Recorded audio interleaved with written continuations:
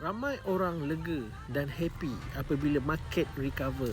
Tapi anda kena ingat, ini hanyalah sementara. Ceasefire hanyalah diberi 2 minggu sahaja.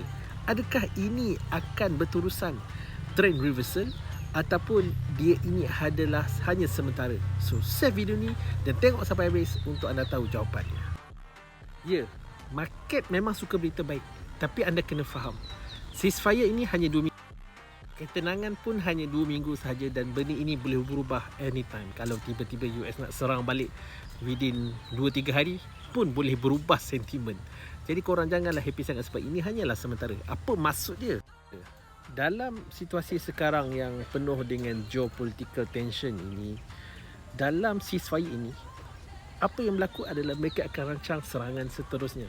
So, anytime soon, sama ada dia akan berlaku selepas 2 minggu ataupun dalam 2 minggu, kemungkinan perang akan berterusan. Strait of Hormuz akan ditutup balik. Dan perkara-perkara ini memang anda kena siap bersedia. Sebab itulah bila benda ini berlaku, market akan jadi sangat-sangat volatile dan market akan jadi seperti dulu.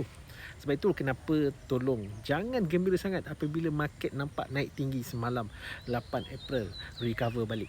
Sebab apa? Sebab ini hanyalah sementara. Dalam market global sekarang ni, satu headline saja boleh mengubah naratif pasaran. Tapi anda kena faham, orang memang suka good news. Dan good news ni dia tak lama, sementara. So, simpan video ni dan bersedia untuk penerangan selanjutnya. Adakah apa akan jadi selepas ini? Sila komen untuk partner.